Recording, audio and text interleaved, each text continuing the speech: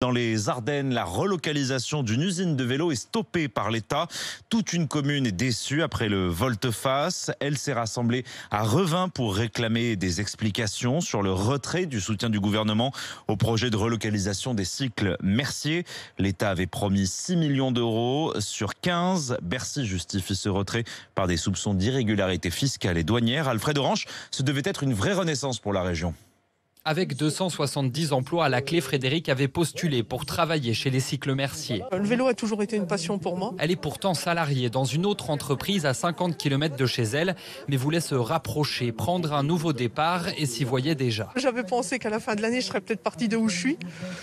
Et puis un petit peu dépité, un petit peu découragé quand même. Car ce projet de relocalisation a été stoppé net. Au dernier moment, l'État a retiré son soutien, 5 millions d'euros. Bercy évoque des soupçons d'irrégularité fiscale et douanière de la part du fabricant.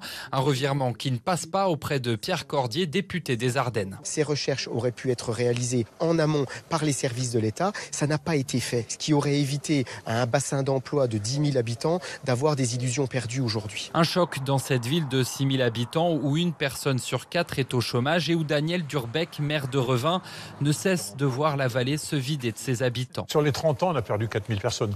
L'État nous abandonne lâchement. Bercy promet toutefois que les fonds initialement alloués au projet resteront destinés au territoire.